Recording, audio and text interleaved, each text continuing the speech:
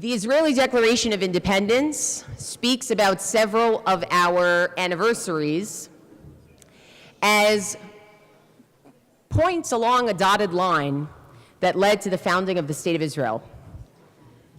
As you can see in your source sheet, blue and white, as you can see in number 1, the Israeli Declaration of Independence points to 1897, the first Zionist Congress, as a convention that proclaims the right of the Jewish people to a national rebirth in their country.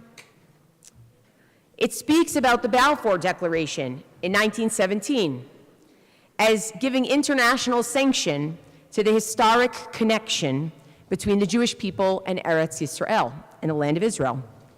And it speaks about 1947 as calling for the establishment of a Jewish state in Eretz Yisrael, in the land of Israel. And then it cites how all three of these relate to the natural right of the Jewish people to be masters of their own fate, like all other nations in their own sovereign state.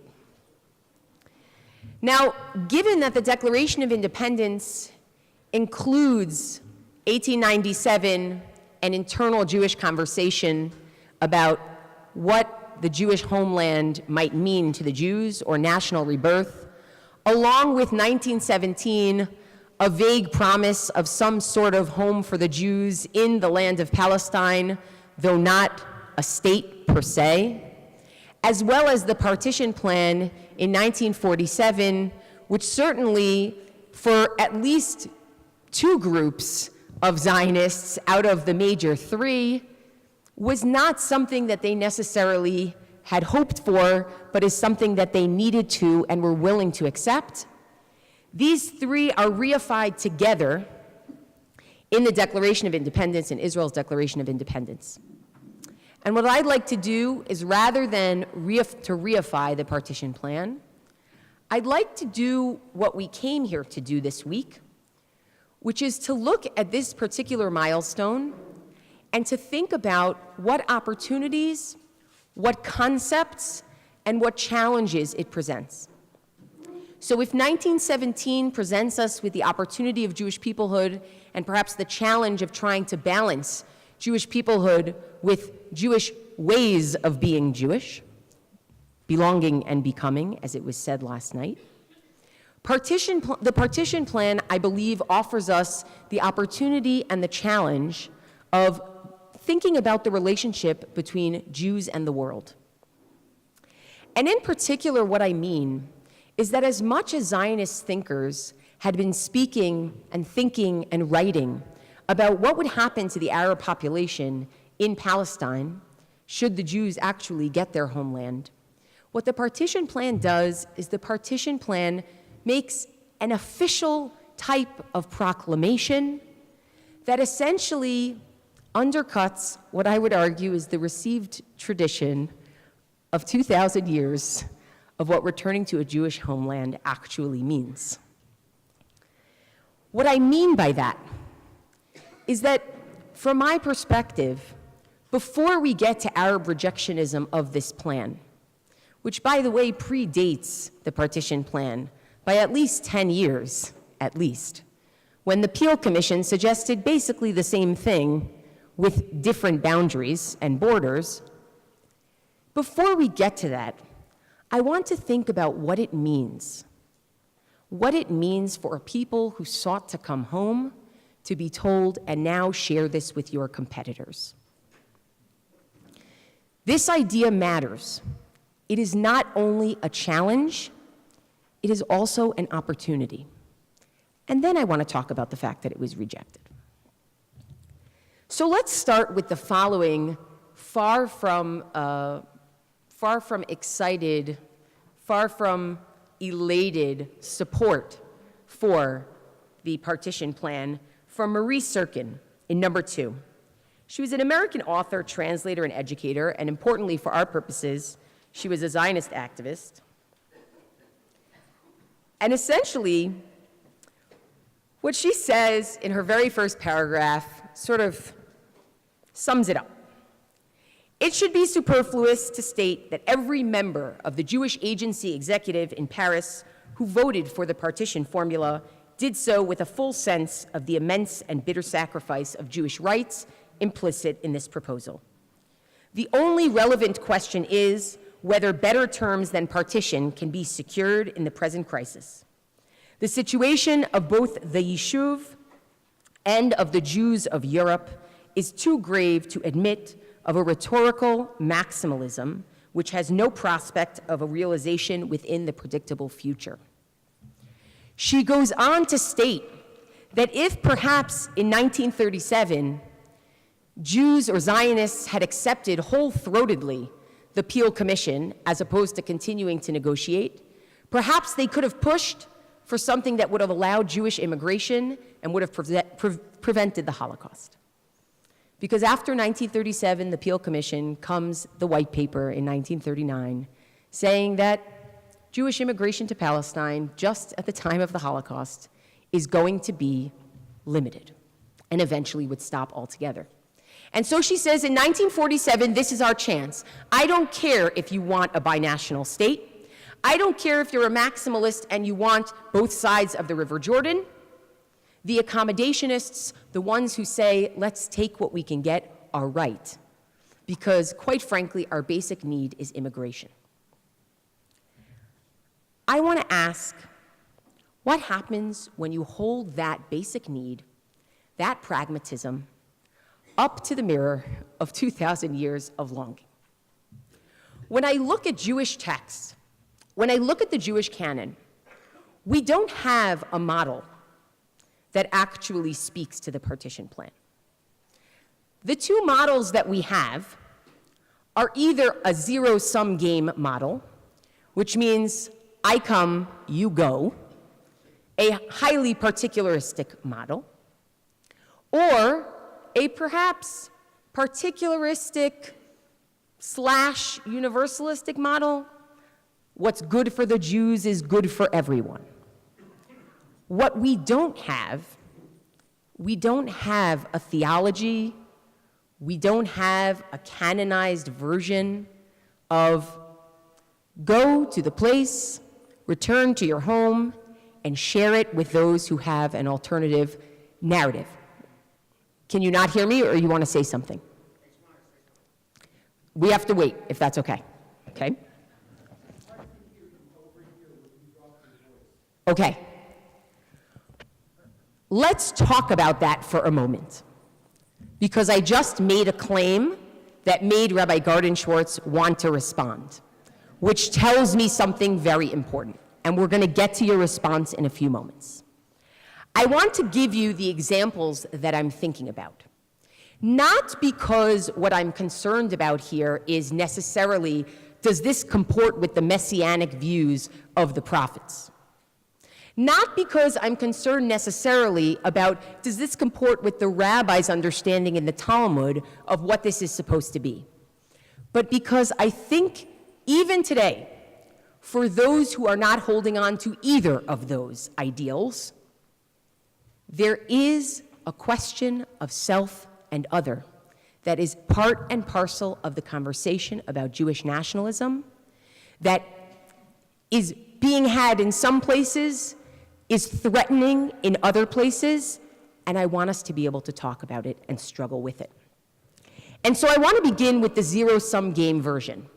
And the zero-sum game version, I'm giving you the most empathetic version, the most empathetic zero-sum game perspective that I could find in Jewish tradition before the 19th century. Here goes, we're in number 4.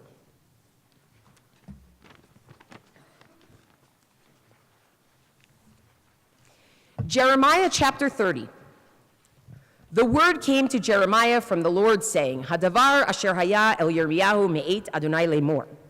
So says the Lord, the God of Israel, saying, write all the words that I have spoken to you in a book.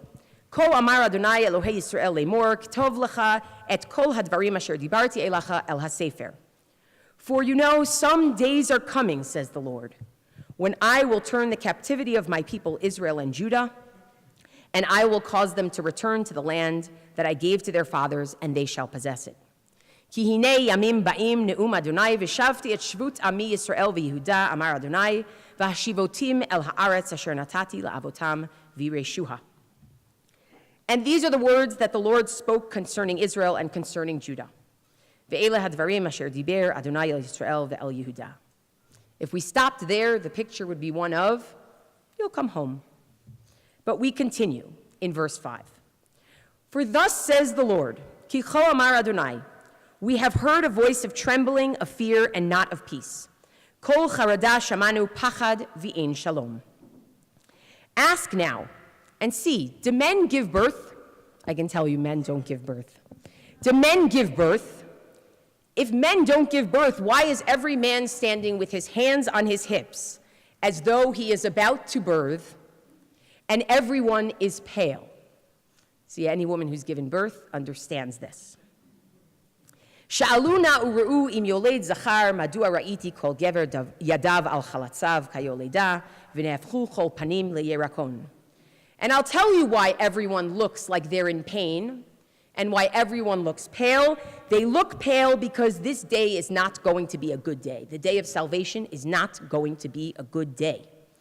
Alas, verse 7, for that day is great, so that none is like it, and it is a time of trouble unto Jacob, but out of it he shall be saved. Hoi ki gadol hayom hahu me'ayin kamohu, ve'et sarahi le'Yaakov umimena ivashea. And it will come to pass on that day, says God, the Lord of hosts, that I will break his yoke from off your neck and will burst your bands, and strangers shall no more make them his bondsmen.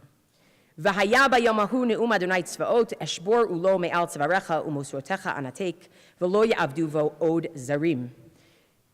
Here, the presentation is, it's Jews against the world. Verse 9, but they shall serve the Lord their God and David their king, whom I will raise up unto them. Va'avdu et Adonai Elohehem ve'et David Malkam asher akim lahem. The description here is one of a very tumultuous return. A return that is not going to be a pretty day for Jacob, and a return that is going to leave people looking as though they're in pain, but a return that surely has at the heart of it the idea that the nations of the world and the Jews are on two sides of this conversation, which is to say, God says, I will break their yoke from upon you so that they will finally leave you alone. Now, given the fact that we are not so excited reading biblical texts that say that things will go poorly for the people of Jacob on the day of the messianic redemption, the rabbis have a different interpretation of what is going to happen here. And an interpretation that preserves the zero-sum game mentality, but has an empathy within it nonetheless. Let's turn to number 5 in the Babylonian Talmud. As I always say, that is the best sound for a teacher to hear when people are moving to the next page. And I bet you're all wondering what Rabbi Gardenschwartz was going to say. We will get there, don't worry. He and I planned this before. Rabbi Yochanan said in number 5, let the Messiah come, but I don't want to see him. Meaning, it's going to be a tough day when the Messiah comes. Reish Lakish asked him, why? If you suggest that it is because of the verse, that the day of redemption will be as a person who flees from a lion only to be attacked by a bear, and who comes home and places their hand on the wall only to be bitten by a snake, I can show you the very same situation in these times. If you think the trouble for Jacob is going to be that we're going to have tsuris when we return home, we have tsuris now. I can show you the same situation. A person goes out to their field and a bailiff shows up to contest their ownership rights. The assumption is that the bailiff is not Jewish. This is similar to the one who has been met by a lion. One enters the city and is confronted by a tax collector, also presumed not to be Jewish, like one who is confronted by a bear. When one enters their home, they find their children starving, similar to one who has been bitten by a snake. Rather, it must be because of the verse in Jeremiah 30 that we just read. Ask and see, surely males do not give birth. So why do I see every man, gever, with his hands on his loins like a woman in labor, in pain.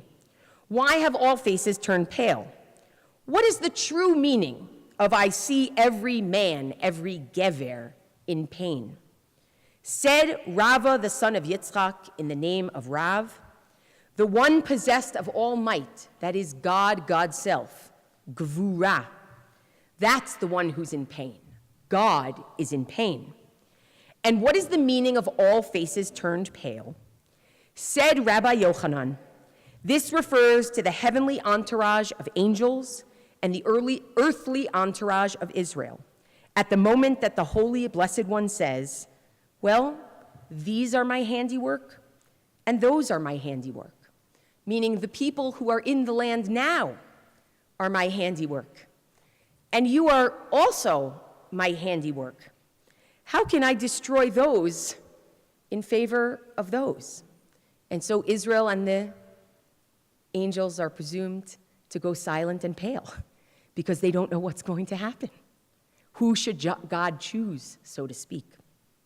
Said Rav Papa, this is like the common saying, the ox runs and falls, and the owner replaces it with a horse in its stable. The way that Rashi, the famous commentator, explains this is he says, essentially, what happens is the Jewish people are in their land, they falter, they're exiled, other people come into their stable, they falter, and God says, I have one stable and I have two animals. What am I supposed to do? Now, what's interesting about this perspective is it provides an opening. The opening that it provides is to understand that it's not just about my interests, that there's someone else there. But it retains the zero-sum game because at the end of the day, the ox is going back into that stable and the horse, is going out. Another version of the way that the Jewish canon grapples with the idea of rootedness and cosmopolitanism. Not to say zero-sum game, but we feel bad for you, or zero-sum game, but God feels bad for you. But actually, what's good for us is good for all. In number 8, the words of Isaiah. That which Isaiah, the son of Amoz, prophesied or envisioned about Judah and Jerusalem. And it will be at the end of days, the mountain of the house of God will be stable at the top of the mountains, and it will be higher than all of the hills, and everyone will flock to it. Everyone.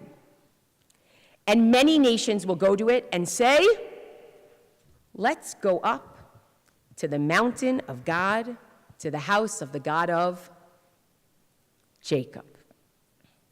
And they'll tell us and teach us of their ways, and we'll go in their ways. Because out of Zion comes forth teaching and the word of God from Jerusalem. Here, too, there are others in the picture. That is to say, what's good for us is good for the world. But what's conveniently not here is what about the people who are in there already? And they say, we don't want to learn from your ways. We don't want it to be called the house of the God of Jacob. We have our own names for it. What happens in the moment of the partition plan becoming the Mazel Tov that Golda Meir sets up is that people who are holding the more exclusivistic version of what it means to come home have to grapple. And I would argue that still today, that grappling goes on, even in non-messianic circles. What does it mean to be sovereign in your own land? What you hopefully had a chance to look at was some of the rejection by Arab states of the partition plan.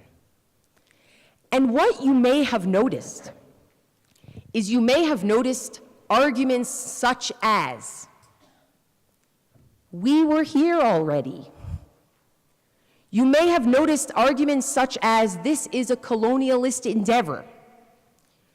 You may have noticed arguments such as, why should we be punished for the Holocaust? Just because Jews want to immigrate somewhere.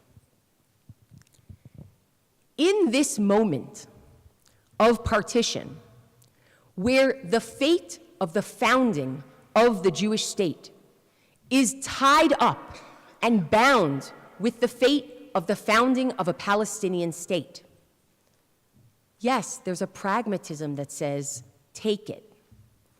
But when you think beyond the pragmatic, at some point you're going to have to grapple with the ideology. And I'm not sure we had the language with which to do it. And I'm still not sure we have the language with which to do it. Because I'll tell you what's also going to happen. You're also going to inherit a minority of Arab Israelis who also share in some of that counter-narrative, depending on their particular allegiances. So if you're accepting pragmatically, but you don't actually have an ideological framework with which to hold this, then what is partition? Is partition the potential to make something that's pragmatism into ideology, to develop as the Zionist thinkers spoke about trying to figure out what is the relationship between Zionists and Arabs? What is the relationship between the people who are coming to their ancestral homeland and the people who are living in their current homeland? The partition plan forces that conversation. And when it's rejected, the conversation isn't had because war ensues. And so the question becomes twofold. Number one, can it ever become an ideology, given that the other side is not willing to go with pragmatism, but will hold firmly to ideology? And number two, who cares about the ideology? It's completely irrelevant. And so one of the legacies of the partition plan and of its rejection is to actually figure out if we can develop not just a pragmatism, but an ideology that understands what it means not to be zero-sum game, not to be just what's good for the Jews is good for the world, but to also recognize that there's another narrative, to actually share the land with competition. And so people who are looking back and trying to figure out what are my models for this are actually hard-pressed to find them within Israel. I opened this morning by saying the conversation about Jews and the world is a different conversation when you're on your land than when you're in someone else's country. It's a different conversation when you're talking about theoretical ideas than when you're talking about who's going to live in this spot or in that spot. And it's a different conversation when you have some people who are embracing this purely for utilitarian reasons and hope to push for more later when they can, and you have others who reject this because it's not idealistic enough in terms of living with the other. But that's the conversation that it should open, and a conversation that really shouldn't close, and a conversation that still needs to be had, as painful and sometimes as naive as it sounds. One legacy of the partition plan. And just to give you a sense of how people tried to deal with this, I want to point to two very different types of thinkers in their trying to succeed in finding a language for this. We're skipping to 13 and 14.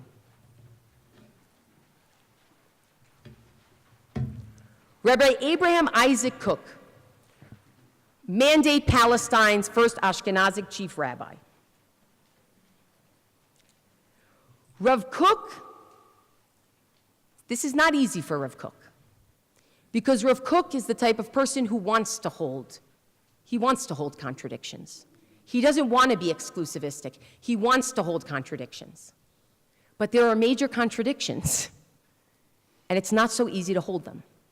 And this is one of the many things he comes up with, and I just want you to see him struggling with the particularism, universalism, and living with your rival in number 13. He cites the verse in which Esav and Yaakov reunite.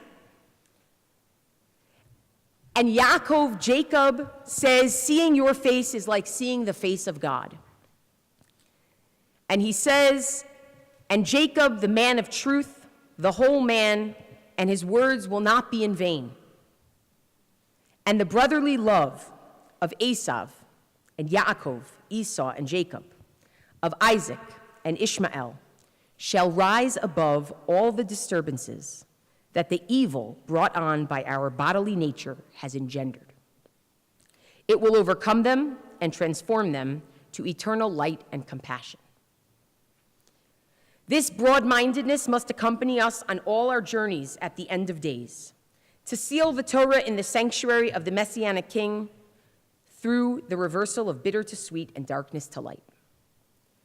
This man is viewing this moment with a type of metaphysical import that allows him to say, I have no idea what's going to happen, but I know that I dare not be exclusivistic. Because Jewish messianism, and he's talking messianism, cannot be exclusive. It dare not be exclusive. In that cosmopolitan, what's good for the Jews is good for the world, Arabs are included. And what he tries to do is he tries to think of a model of reconciliation. And so he takes Esau and Jacob and has them reconcile, but that's far from a concrete plan. It's far from a political decision-making process or configuration or structure. But he's grappling. It's exactly what he's grappling with. In a different way, Emmanuel Levinas, and I've actually read this excerpt from this stage before. Emmanuel Levinas, after the massacre at Sabra and Shatila, in an interview, he is basically asked, you are the philosopher of the other. Don't you think that Zionism ignores the other? And here's his response. 14. He brings up ethics and politics. And in ethics and politics, he says there is a contradiction. Politics is caring for yourself, and ethics is caring for the world. I think, he says, or for humanity, in number 14, I think that there's a direct contradiction between ethics and politics if both these demands are taken to the extreme. The Zionist idea, as I now see it, is nevertheless a political idea which has an ethical justification. It has an ethical justification insofar as a political solution imposes itself as a way of putting an end to the arbitrariness which marked the Jewish condition and to the spilt blood which for centuries has flowed with impunity across the world. Its necessity is ethical. Indeed, it's an old ethical idea which commands us precisely to defend our neighbors. My people and my kin are still my neighbors. When you defend the Jewish people, you defend your neighbor. And every Jew in particular defends his neighbor when he defends. However, there is also an ethical limit to this ethically necessary political existence. What is its limit? Perhaps what is happening today in Israel marks the place where ethics and politics will come into confrontation and where their limits will be sought. Unfortunately, contradictions like those at play between morals and politics are not only resolved in the reflections of philosophers. It takes events, that is, human lived experience. And so what Rav Kook sees as the messianic will to move beyond the petty humanity of what it means to live in landed, physical, material space, what Levinas suggests is a healthy dose of a balance between ethics and politics. And this, I think, is part of the legacy of grappling with the partition plan. But there is a second piece. Conventional Jewish wisdom, and not only here conventional Jewish wisdom, but even the wisdom of political Zionists, essentially understood that the relationship between Jews and the world was a fraught one. The question of how it is that nations of the world would be involved in Jews coming home is by no means simple. Political Zionists suggest we need to go home because you don't treat us right. Weitzman argues for partition because he says the world is quickly becoming a place that's divided between places where Jews cannot live and Jews cannot enter. And so there's another legacy of 1947 of the partition plan.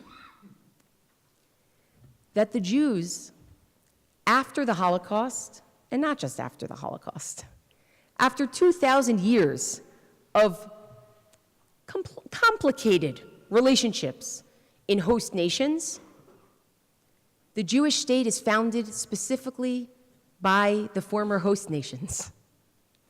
The Jewish state, its destiny is in the hands of a cooperation and a collaboration, specifically between people who felt they were mistreated and the people who they felt mistreated them. And Elie Wiesel says it beautifully in number 12. Let us be more specific, he says. Had Zionism and its demands not existed, what would have become of the survivors of the ghettos and the camps, the partisans emerging from the forests and the mountains who, according to all logic, should have scorned the human race and dedicated themselves to hating and despising it? Outraged, betrayed, these men and women, disowned and victimized by society, had the right and also the means to pledge themselves to nihilism and let their anger explode, come what may. They had nothing to lose, no one to spare, no ties to country or life, no more illusions about the trend of history or man. They could easily have become social misfits, even criminals. Had they set fire to all of Europe, no one would have been surprised, but they did not. They did not even take the opportunity to wreak vengeance on their avowed executioners. This cannot be repeated often enough. After the German debacle, the survivors wished to be neither avengers nor inquisitors. They might easily have become one or the other in releasing their pent-up rage. Instead, they let themselves be caught up in the great political and messianic adventure held out by Palestine. They devoted to it all their energy, all their ambition. Nothing else mattered anymore. The struggle demanded all of their passions, all their dedication. That is why there was no settling of accounts. This also explains the almost unanimous sympathy shown to the newly created Jewish state at that time. Now, recall, 33 in favor, 10 abstentions. Okay. In a vague way, people were grateful to Israel, to having come into being just in time to divert the lightning. This was equally true for Western countries and the so-called people's democracies. Israel transcended the Iron Curtain. Stalin and Truman each claimed the honor of being first to establish diplomatic relations with Tel Aviv. Prague gave Israel arms and planes. At the United Nations, Andrei Gromyko, Russia's seasoned tactician, was on hand at every critical moment to support Israeli positions. France granted free passage to immigrants and volunteers. Public opinion was favorable, enthusiastic. People saw in Israel a promise, a symbol, and an encouragement. The intelligence of its farmers, the courage of its fighters, etc., etc. Wiesel argues that Zionism, or the founding of the State of Israel, comes just at the right moment, because it comes at the juncture of the decision of whether the Jews are going to turn away from the world and the world's going to turn away from the Jews, or they're going to be able to work together. And of course, I know that there was plenty of practical machinations and backdoor conversations and lobbying that included the least idealistic stuff. But there is something to be said for a nation that is started by parties that arguably could have stopped the calamity that happened just a few years before. That's another legacy. That legacy, too, I think, is rather complicated and more complicated than Wiesel suggests. And I think that legacy, too, is in discussion still today, still in play. If you turn back to number 10, I want to point you to a very canonical text. And by very canonical, I mean classically, Talmudically canonical. I'm a rabbinics person. That's what I mean by canonical. There's plenty that's canonical after the 5th and 6th century as well. This is the text that ultra-Orthodox Jews use to reject Zionism. A text that states that in the Song of Songs, 3 times there is an oath that people are made to swear. An oath, if you look in number 9, that says, "Don't awaken or stir up love until it pleases." And so the Talmud describes why is it that 3 times Song of Songs states, promise not to stir up love the love between the lover and the beloved in the story of Song of Songs, or perhaps the simile, the metaphor for God and the Jewish people? Why 3 times? And what do you mean, don't stir up love before it is asked for, before it is warranted? And so the Babylonian Talmud in Ketubot says the following in number 10. Why does Song of Songs repeat the verse regarding oaths 3 times? That verse is necessary for that which is taught by Rabbi Yossi, the son of Rabbi Hanina, who said, why are these 3 oaths needed? 1 oath, so that the Jews should not ascend to the land of Israel as a wall. In other words, brute force. And in mass, but little by little. Another one, that the Blessed Holy One adjured the Jews that they should not rebel against the rule of the nations of the world. And the last one is that the Blessed Holy One adjured the nations of the world that they should not subjugate the Jews excessively. Classically speaking, this relationship, this triangular relationship, God, the Jews, and everyone else, is an interesting one. Jews shouldn't rebel against the nations of the world. Nations of the world shouldn't persecute Jews. Jews shouldn't ascend en masse or descend en masse to the Jewish state. And so you know what ultra-Orthodox Jews say, this is descending en masse, and this is rebellion. Mostly descending en masse, and you'll see why. But there were those thinkers who looked at this and said, wait a second, this is not a rebellion. This is done in community with the nations of the world. The UN voted for it. It's done in community. But at the same time, out of the other side of that mouth, they're also saying, also, the nations of the world deserve rebellion.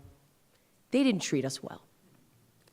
Rabbi Yitzchak Isaac Herzog, the first Ashkenazic chief rabbi of actual Israel, the state of Israel, in number 11, he says, let me try to understand what I should do with this passage. The relationship between the oaths of the nations of the world not to persecute the Jews and the oaths of the Jews not to rebel against the nations and not to go en masse to the land of Israel. Because they said that God forswore the nations that they would not overly subjugate Israel, and God also forswore the Jewish people that they should not rebel against the nations, the intention is that these oaths are actually dependent on one another. Since the nations of the world already transgressed their oath by persecuting the Jews too much and did overly subjugate the Jewish people, we have been exempted from our oaths.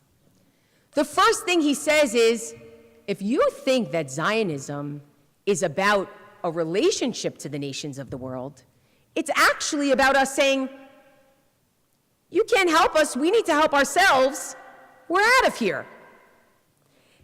And out of the same mouth, and even without this reasoning, he continues, there is yet no concern about the oath in the first place, because the nations of the world are agreeing of their own accord to the establishment of a Jewish state. And so there is no instance here of rebellion or of ascending a wall. Now I ask you, in 2017, does the state of Israel care what the world thinks or not care what the world thinks? Is Israel a state in cooperation with the world? Is it a state in contention with the world? What are the alliances and the allegiances that work, and what are the alliances and the allegiances that don't? This, too, is the legacy of the 1947 partition plan. The very fraught discussion of what is the relationship between Zionists and the other nations. Do we want to be a nation like all other nations? Do we want people to agree to what we do? Do we not care because they badmouth us anyway? I'm just saying the things that you say around your Shabbat table, or that you say that your parents say around the Shabbat table, and that you around your Shabbat table says, it's 2017, people. It's not what it was. But this issue is the legacy as well of 1947. Now let's talk about pragmatism and ideology. In theory, if you wanted to turn something pragmatic, like the partition plan, which is viewed as something, had it happened 10 years earlier, could have allowed for the immigration that would have prevented a Holocaust. If you wanted to turn it into an ideology, those desires were squelched the moment that the Arab states disagreed. But wait. If we really want to grapple with the question of not zero-sum game, not is it good for the Jews, is it good for the world, but can we live with competitors and with rivals, then even when they say no, the question is still open. Even when they say no, still be pragmatic. But I might argue that one of the very important dissonances that we are seeing today is that there is an ideology among young American Jews that says we are ready for the partition plan, or binationalism for that matter. We are ready to live with the rival and the competitor. And people are telling us that pragmatically that's not going to work. What do you do then? And this moment where pragmatism and potential ideology for some might overlap is incredibly short-lived. It's incredibly short-lived. And so we live with the legacy not only of these two questions of can we have a different model, and the question of what's our relationship to the rest of the world, and our meaning Israel, relationship to the rest of the world, but we're back to that question of pragmatism versus idealism, because they're going to keep running up against each other. And a question that needs to be asked, when pragmatism and idealism don't seem to work out together, do we retreat into easy binaries? Do we retreat into easy binaries? Either I'm a dreamer or I'm a pragmatist. Is there something? Is there an overlap? I'd like to suggest that the difficulty that the Jewish community has, and I can include myself in this even though I'm the wrong generation to have this difficulty, but the difficulty that the Jewish community has in discussing Arab or Palestinian counter-narratives about the state of Israel marks a retreat into the easy binary. What I mean by that is as follows. You read what the ambassadors of various Arab countries said. You spoke about the fact that as Jews were coming in, Arabs were saying no, no, no, no, no. And the Peel Commission in 1936 and 37 was a result of Arab riots in 36 against the British, not just the Jews, which had been happening in the 20s.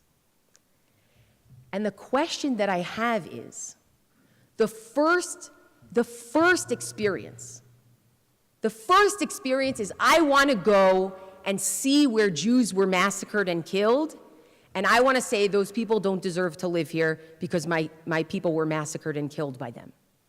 I want to say that. But is there a second reaction where we actually say to ourselves, wait a second, how do I actually deal with that counter-narrative? It does not mean that that counter-narrative negates my narrative. You are sitting safely in a pro-Israel Zionist Jewish institution. But I do have to ask myself, even with the fact that I know that what happened here is that ideology on the Arab side overwhelmed their own pragmatism, whereas on the Jewish side, they let pragmatism overwhelm their ideology. And I think that's a huge mistake. Even though I know that there was unfairness in the sense of not realizing that Jews were also seeking safe haven from murderous places. Even so, I'll tell you a story. I was on a bus a few summers ago, a few springs ago, on Yom Ha'atzmaut, traveling with my family. I have 2 sisters-in-law and their families who live in Israel, and I have plenty more family that's a little more distant. We were all on the bus together, my nieces, my nephews, my in-laws, my siblings, and there was a Nakba protest alongside the road on Yom Ha'atzmaut. And I turned to my sister-in-law and I said, well, what do you do with that? And she said, you know, I do my best to care about it and to also be rooted in my side of things. I do my best to care about it despite the fact that they don't care about my side of things. I do my best because something happened here that we needed, as Levinas said, ethical necessity. But how we continue to bring ethics in is an important question that people actually have to talk about. Not because we want to be naive, but because we want to have integrity. Because we want to be a people that is a light unto the nations. And then, of course, comes the harder question, which is how do you engender conversations that will bring that pragmatism to the table on both sides? How do you do that? That, too, is the legacy of 1947. And if we thought that starting in 2017 and discussing the issues that are on the ground today and the arguments that go on within the American and the North American Jewish community, the arguments that go on in Israel, aren't a direct development, the tip of the iceberg that starts here and at Balfour, we're kidding ourselves. So I would just invite us, you have a session this afternoon. I would invite us to try to think as non-threatened as we can. Try to think about what you do with the narrative of the other side. And let me make completely clear, arguments about forced land transfers or forced population transfers as a result of the partition plan are not true. Judah Bernstein will tell you there may be something in the offing. It's not in that document. And when ambassadors argue against the partition plan because Arabs will have to be moved, it's not true. It's a choice. And to suggest that the only reason Israel gets a state is because of the Holocaust and because of the sense of guilt that the Western democracies had, and that's why they voted for partition, that can't be all of my Zionism.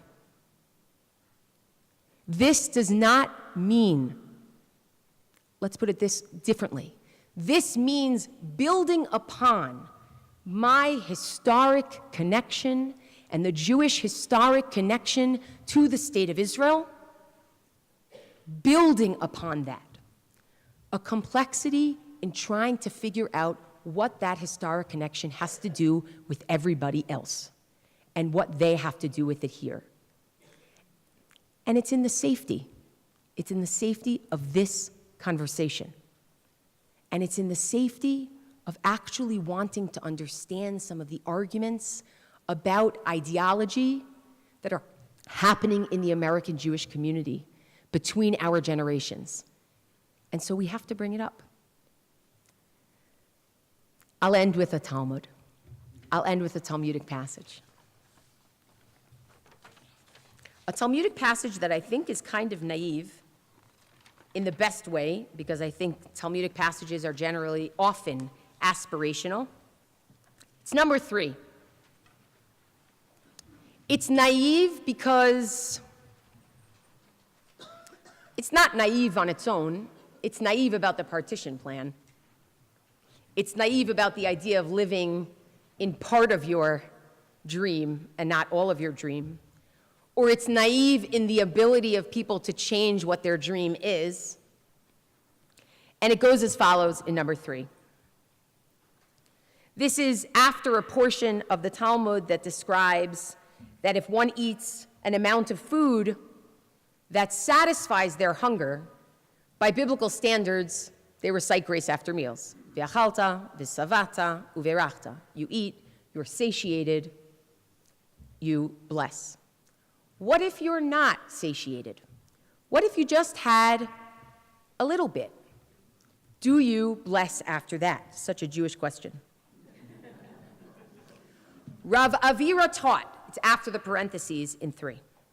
Sometimes he said it in the name of Rabbi Ami, also very Jewish, and sometimes he said it in the name of Rabbi Asi. The ministering angel said before the Blessed Holy One, Master of the universe, in your Torah it is written, the great, mighty, and awesome God who favors no one and takes no bribe. Yet you nevertheless show favor to Israel. As it is written, the Lord shall show favor to you and give you peace. What do we make of that contradiction? He replied to them, and for those who are worried about Jewish triumphalism and chosenness, relax, we can talk about it later, but just leave it for now. He replied to them, or God replied to them, and how can I not show favor to Israel? As I wrote for them in the Torah, and you shall eat and be satisfied, and bless the Lord your God. Meaning that there is no obligation to bless the Lord until one is satiated. Yet they are exacting with themselves to recite grace after meals, even if they have eaten as much as an olive bulk or an egg bulk. Since they go beyond the requirements of the law, they are worthy of favor. That moment where Golda Meir, of course speaking for the Jewish Agency, because they're the accommodationists who accepted partition, says Mazel Tov. She says, you know, you may not have eaten your full fill, but you got something. And that something matters. I'm trying to ask the flip side of the question, which is, can that become something that actually is worthy of our blessing and isn't merely an interim step? And I gotta be honest, I don't know exactly how I feel. I don't know exactly what I want to see. I know I want to see peace. I also know that in life and in land, there's competition and someone's going to win. I know that. My question is, am I even thinking about the other? And how does that thinking about the other impact the way I understand my own dreams? Thanks for listening, and be nice in the questions.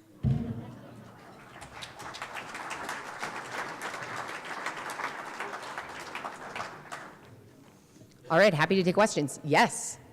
Could you tell everyone your name, please? My name is Neil. Neil, hi. Yes. Marie Serkin's piece?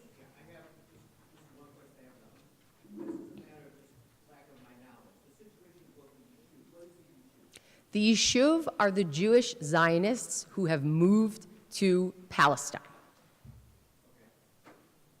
That's at least the new Yishuv. The old Yishuv are the religious groups and others who found themselves not due to Zionism, but over the course of the 19th century found their way to Israel.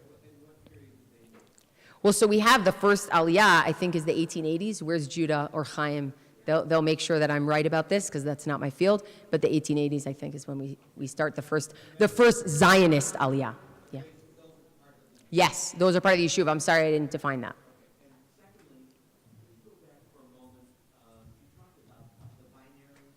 Yes. The binary was what? Pragmatism and idealism. right? Meaning, what I'm really trying to say is that the fact that you can't necessarily move where you need to move doesn't mean that you shouldn't be thinking about the full picture.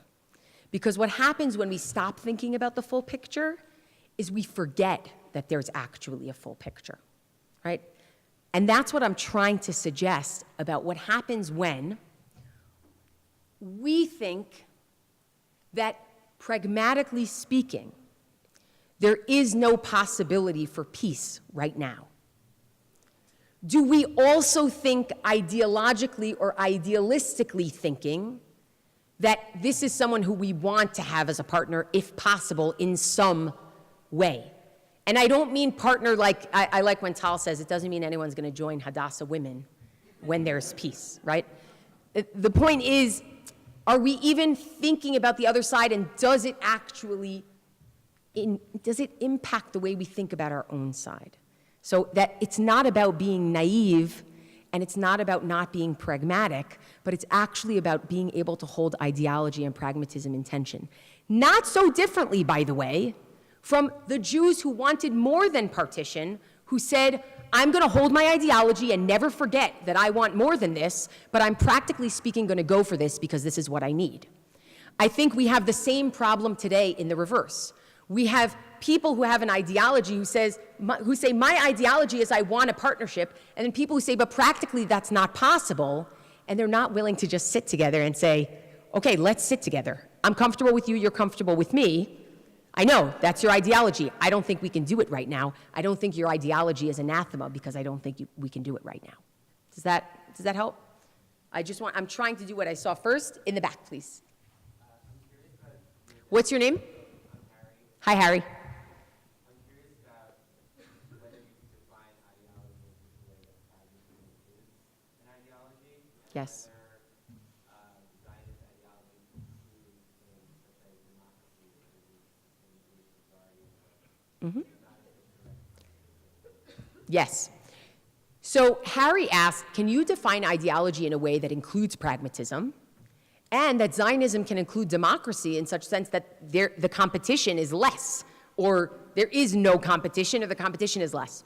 What I'm arguing right now is that I think the facts on the ground are that it's hard to do that. I don't think it shouldn't be done. I think pragmatism is an ideology. In fact, the accommodationist camp that said basically whatever we can get, we're going to get, wherever the state, whenever, that's pragmatism as an ideology. But what I'm seeing is something different, which is pragmatism that is actually at odds with an ideology. And what do you do when they're at odds with each other? The same thing with democracy. Of course, democracy is part of Zionism. It's the reason why we have to talk so often about how do you square the Jewish and the democratic in Jewish and democratic state is because nationalism, by its essence, is a force that looks to politics, and ethics is brought into it, but it's a force that looks to politics. And it has to build itself in a way. There's a reason why democracy is not the form of government everywhere, right? So I 100% agree. I think part of that struggle is actually what it means to be a Jewish and democratic state. I'm expressing it in slightly different terms because I think Jewish and democratic state are more legalistic.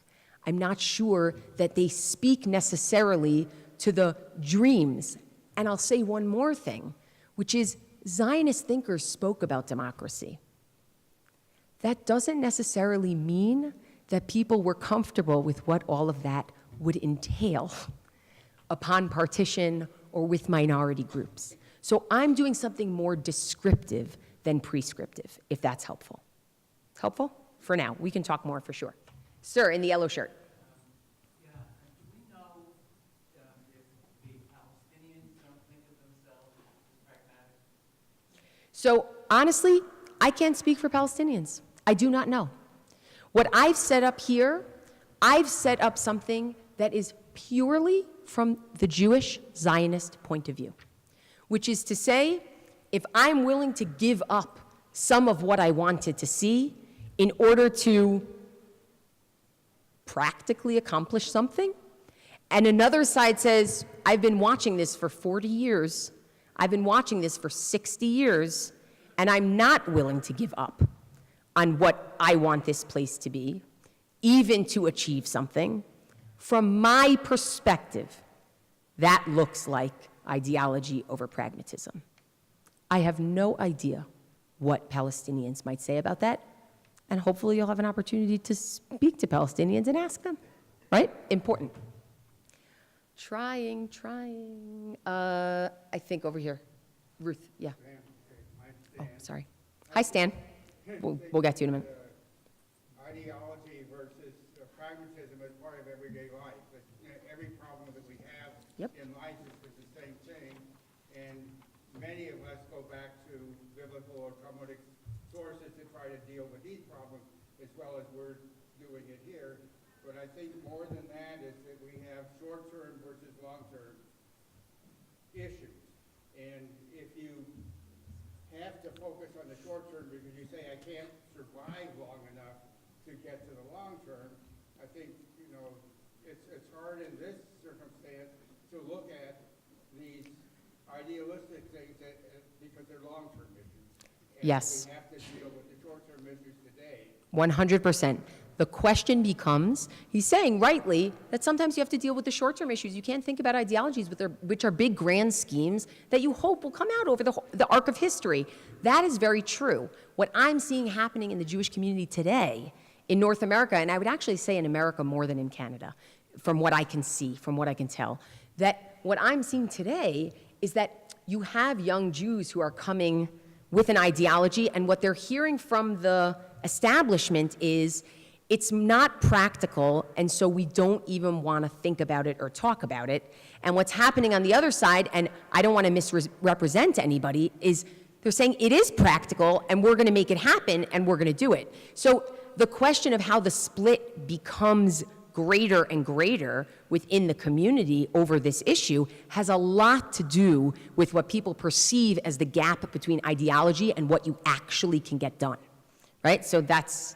And to me, then, the more tragic part of it is that the division between Jews that this creates, as opposed to, whether we agree with what Arabs or anybody else says. So I think it's interesting that you say what's important to you is the division between Jews that this creates, because one side of this argument would say, we don't want that to be the most important thing to you. We want the most important thing to you to be the question of, are we having the right integrity towards everybody, right? So even we are all in our own mindsets, and that's important. And that, it's the same way if we talk about rooted cosmopolitanism in terms of how we are with ourselves and how we are in the world. It's the same way in how we are with each other.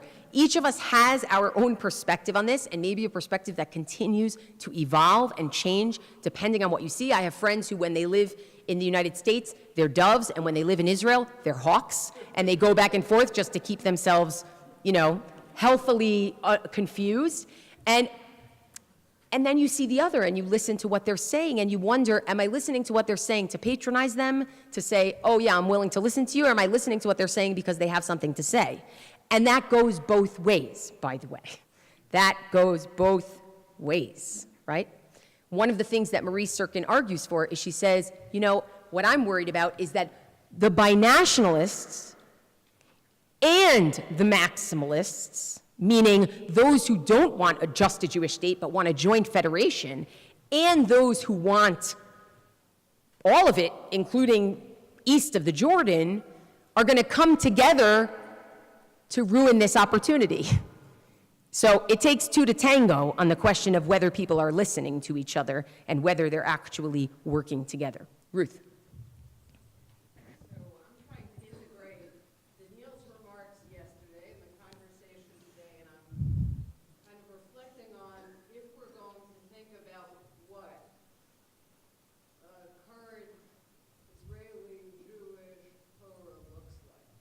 And let's just clarify, people had some unclarity about this. Torah doesn't mean rewriting the 5 books of Moses. Torah just means a teaching, a new teaching. That's what we mean. When we say Hartman Torah, we mean Hartman teaching. We had a little confusion about that last night. I'm like, we're not getting any scribes. There's no new revelation right now. we're having a hard enough time dealing with the old one and arguing over it. We have enough on our hands. Yes. So I think about that perspective very much with the thought of how does our Torah, our tradition, our learning, our philosophy inform the way we confront, grapple with, and attempt solutions for the situations that we find ourselves in today. So I'm very curious. It occurred to me just as you were speaking, I don't remember, and my Jewish education is, not non-existent, but limited, really seeing material ever on how sovereignty was dealt with last time around. How did, is there material? So actually, there is material. Rabbi West, did you want to jump in here and say what you wanted to say before, or no? Yeah, I think there's one important source that would be helpful to have the conversation, which is there is a very classic, important biblical text about sharing the land with residents who are already here, and it's called the Book of Judges. The Book of Joshua says the Jews come in, and God kicks out all the Canaanites, and we have the land entirely. That's the Book of Joshua. The Book of Judges says not so fast. Ideology, namely God promises all the land, has to live side by side with compromise, because in fact there's Canaanites here and they never leave. And throughout the entire book of Judges is impelled by that tension, that we're in the land, but guess what, they're in the land, and we have to share the land, and the way we share the land is we constantly fight. And what does a good period look like? A good period, like a really great period, looks like 40 years when there's no war. And that's going to end, they'll have another war, and then hopefully we can get another period when there's no war. I think that's a very important source that would be helpful to add to the conversation. Beautiful. I'm really glad you added that source. I'm, in a non-defensive way, I'm going to push back a little bit. I'm going to push back for two reasons. The first is that ideology that comes about as an accident, so to speak, to my mind is not ideology. What I mean by that is that in the book of Joshua, they are told to destroy everyone in the land. They don't. There is no subsequent revelation that says, don't destroy everyone in the land. They just don't do it. They can't do it. They can't manage it. That's reason one. It's not articulated in that kind of way, which is why I'm wary of using that as the model. Maybe we could try to read between the lines. Second reason I'm not so comfortable with it is precisely because it's the 40 years phenomenon. A good period is 40 years. We skirmish, we stop, we skirmish, we stop. Not sure that that's what we want our model to be either. And I might add, the way that the book of Judges describes why that happens is because the Jews falter. The Jews falter, and therefore God allows them to be attacked, and then we win, and then it's quiet. That has nothing to do with the other side's narrative or perspective. That's the second reason. The third reason, give me more time, I'll give you more reasons. The third reason is because Jerusalem, which was a Jebusite city, we took it and made it our capital. So King David bought it. King David also conquered it. That's the better, Jack says that's the better way. It's complicated. It's complicated. What I would also say is that one of the reasons why it's complicated is because the Jewish tradition is supposed to be about our perspective. And we weren't in a postmodern time where people recognized, I mean, look at that Talmudic passage that we cited of the concern that the horse would now be kicked out of the stable. That is as good as you're going to get. It's the 3rd, 4th, 5th century. That is good, right? So I think we need to keep in mind that there are reasons why we don't have direct, but maybe we have indirect, as Rabbi West says, sources about things that now we want to raise up to an ideal. But I would argue even further that one of the reasons why we don't have these sort of happy-go-lucky is because we have interests. And sometimes when we came back to the land, people didn't like our interests. I'll give you an example. The books that describe Ezra and Nehemiah, that describe us going back to the land in the Persian period to rebuild the temple, the Samaritans tried to help. The Jews said, this is our project. We're not fighting you. It's our project. And for the next few generations, the way that the verses record it, the Samaritans write letters to the Persian kings to stop construction, right? So I don't think it's as simple as we don't have that ideology embedded in our canon. I think nobody had that ideology at that time. It was, what are my interests and what am I going to actually do? And one of the questions that I think is essential, if we are going to think about the legacy of the partition plan being both a live with your rivals and the nations of the world, what's the relationship between Israel and the nations of the world, and this mix of pragmatism and idealism, we dare not forget that the big question in this is, will the other side join me in this? And that, to my mind, can never be forgotten. That must always be a part of the conversation. Is that helpful? It's a soapbox. It's a soapbox. I got on my soapbox. Yes, Eric. It's one thing to evaluate the accommodationists, the nationalists, and the white nationals in light of what's transpired. But if you want to go back to 47, do we know what Ben Gurion and the Jewish Agency were thinking about if the partition plan hadn't been approved? Do we know what they were thinking about? What were they planning? What would they have done? What were they planning? First of all, I don't know what Plan B was, but I know who does. Dr. Judah Bernstein, Dr. Alex Kay, Rabbi Chaim Seidler-Feller.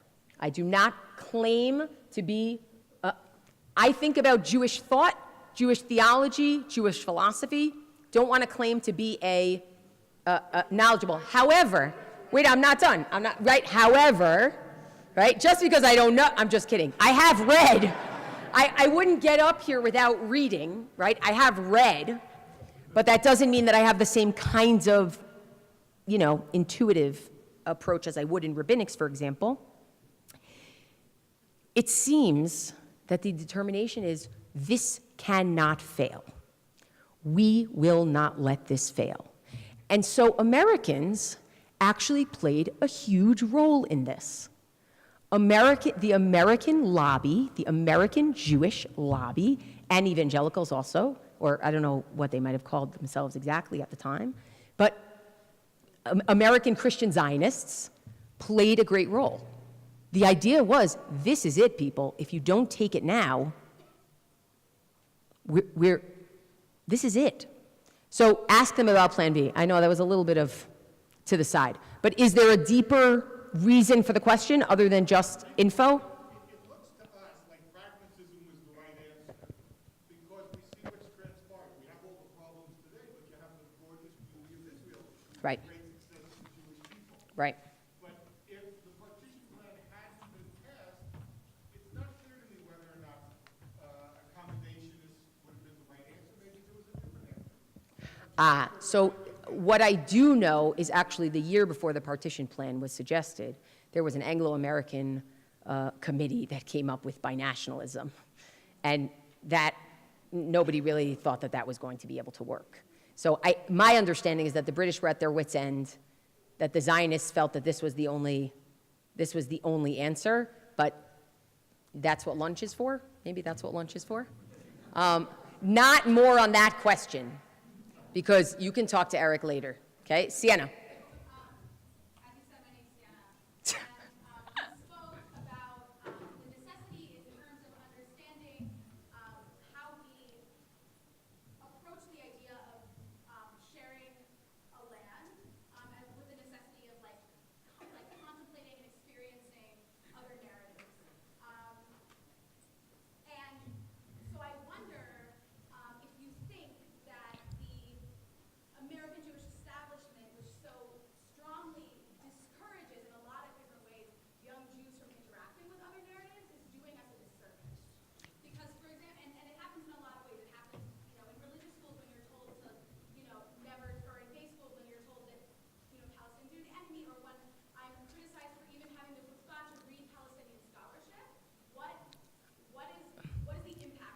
Okay, so here's what I'm going to say. She asks, is the Jewish establishment doing a disservice to people who want to be able to think about sharing the land and other and counter narratives by trying to quell those narratives? So I have 3 things to say about that. The first thing I have to say is that when you learn, you're learning for affect, that is emotion. You're learning for behavior, what are you going to do with it? And you're learning for cognition, for understanding. If we want the affect that we want, which is we want people to love Israel, we want Jews to love Israel, it is very hard to know where do you introduce the complexity and how do you introduce the complexity. I would prefer to suggest, knowing that the Jewish establishment funds our work, Hartman's work, is that what's happening in the Jewish establishment right now is not we don't want you to be exposed to XYZ, it's we want to figure out what the right way to do this is. And maybe it's not moving fast enough because there's collateral damage in the meantime, as there always is when you do a slow adaptive change. But the work is actually trying to figure out how do you expand the foundations without toppling over the building. And I think that's very difficult, and that is some of the work that's the work we're doing. That's the work you just experienced here that we're trying to do. And it is really hard. It is really, really hard. So I'm glad you asked that question, but I want you to think with an adaptive change kind of lens and realize that in all adaptive change there is collateral damage. And Yehuda's going to speak on the last day about where you find yourself on the arc of change and how that's very important in terms of whether you can handle and tolerate that collateral damage or whether you feel too urgent to be able to handle and tolerate that collateral damage. Let's take, I think we have 3 more minutes. So let's take from the back, my friend who went to the Chabad yeshiva. Right? I got the right person, right? Remind me your name. Hi, Susan. Remind us your name. I think I would add 2 texts from the Talmud that might be able to shed some light on this. Next time I do this, you, Rabbi Wes, and I are having a chavruta to prepare. If I am not for myself, who is for me? If I am only for myself, what am I? And if not now, when? And I think that we're making the mistake of creating a model. There certainly are people on the other side who want to kill you, us. There is no obligation to allow that. We don't have to commit suicide in order to please Hamas. There hopefully are people in the middle on the other side who just want to live their lives. And if we can find some sort of common cause and identify those people, we have a chance, all of us. So I would say I'm all for the first of all, I'm all for the complexity. I also want to just descriptively say that sitting in my home in Manhattan versus sitting in my home in Haifa may be very different feelings about what you just said, which is why I specifically wanted to look to texts that think about what it means to be in the land and how you experience that with another people.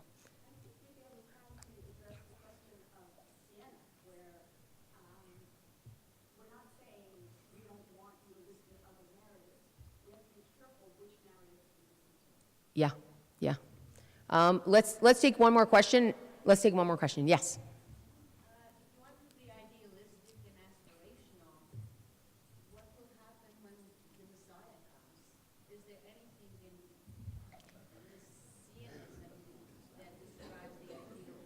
So is there anything in Messianism that describes the ideal world? You know, I'll tell you, this is one of the more interesting parts for me of being on the iEngage research team and being a Jew who believes in Messianism. Because in actual Messianism, I say that the Messiah is coming maybe on a donkey, maybe on a horse, but definitely not on El Al. Because there's no Wi-Fi, there's no Wi-Fi. So, because you have, there's no what, right? There's no Wi-Fi. I mean, it was a very good flight, but there's no Wi-Fi. So this is the funny thing. So Danielle asked me, we did a roundtable, and this will probably come up at the end of CLP. We did a roundtable about 67, and he said to me, so Elana, Temple Mount in our hands. Do you need the Temple Mount to be in our hands? And I said to him, well, so here's the thing about me. I don't actually think we're living in Messianic times. I'm more of the political Zionist type who believes that religiously my life is maximalized here, but I don't think we're living in Messianic times. I do pray every Shabbat that this should become a Messianic time. So I said to him, I said, well, I don't know what that is. I don't know what that is for me to say, I need to hold the Temple Mount now, but I'm praying that I'll get the Temple Mount back, right? So there is, in a way, and this is sort of the grand statement that we read from Rav Kook, there is, in a way, not just a question of pragmatism versus ideology. There's also, well, what's your ultimate vision, right? What's your ultimate vision? And if you can't achieve it, who can help you achieve it, right? How is that actually going to be achieved? And I think that's a very legitimate question, right? For me, there's a God answer in there. But for other people, there may be different answers. And some people may say, we don't think they're going to achieve it, or we don't want to achieve that, right? So what does that actually look like? I'm not quite sure. I'm not quite sure. I know that's supremely helpful. I want to ask Judah for 1 minute. Judah, can you tell us if there was a plan by the Jewish Agency or by the accommodationists if partition had not passed, if they had a plan B? And then I want to say one more thing before we end. Did they have a plan B, the accommodationists?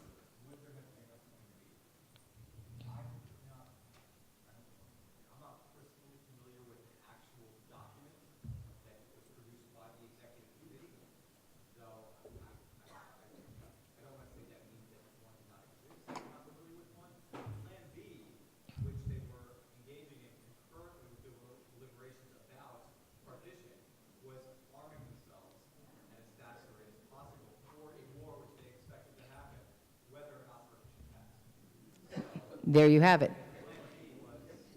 So let me leave you with this, just to experience the arc of what we're trying to do.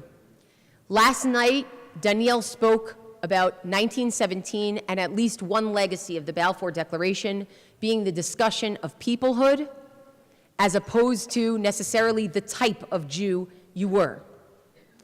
Today, our discussion around 1947 centers around the self and the other.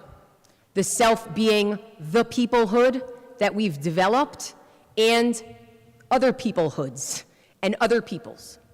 We'll continue our conversation with 1967, and what you're going to see is that all of these issues, peoplehood, Jews and the world, Jews and the other, become that much more complicated in 1967. Thank you very much, and enjoy your lunch.